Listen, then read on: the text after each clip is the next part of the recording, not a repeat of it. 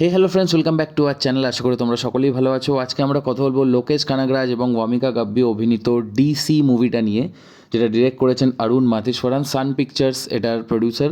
তো কেমন লাগলো সিনেমাটা? তোমরা যদি ট্রেলার দেখে থাকো, দেখতে পাবে চার বন্ধু এখানে একটা শহর থেকে আরেকটা শহরে পালিয়ে বেড়াচ্ছে। পুলিশ তাদের পেছনে, তারা খুন খারাপা করছে। ইন বিটুইন ওয়ামিকা গাব্বির ক্যারেক্টার চলে আসছে এবং আরও কিছু ক্যারেক্টার্স ইন বিটুইন আসছে। তাদের পাস্ট, তারা কি করে মানে কানেক্টেড হয়ে যাচ্ছে এদের সাথে, সেই নিয়েই কিন্তু গল্পটা। এবং ইন ফিউচার গিয়ে কি হবে, পুলিশ কি অ্যাকচুয়ালি তাদের ধরবে, না তারা পালিয়ে পালিয়ে বেড়াবে, কেন তারা পালাচ্ছে, এই সব নিয়েই কিন্তু স্টোরিটা। It's a decent story line, আমি এক্সট্রাঅর্ডিনারি বলবো না, বাট তোমাদের ভাল লাগবে কিন্তু সিনেমাটা। স্ক্রিন প্লে কিন্তু ভালো, 2 ঘন্টা 22 মিনিটের মুভি।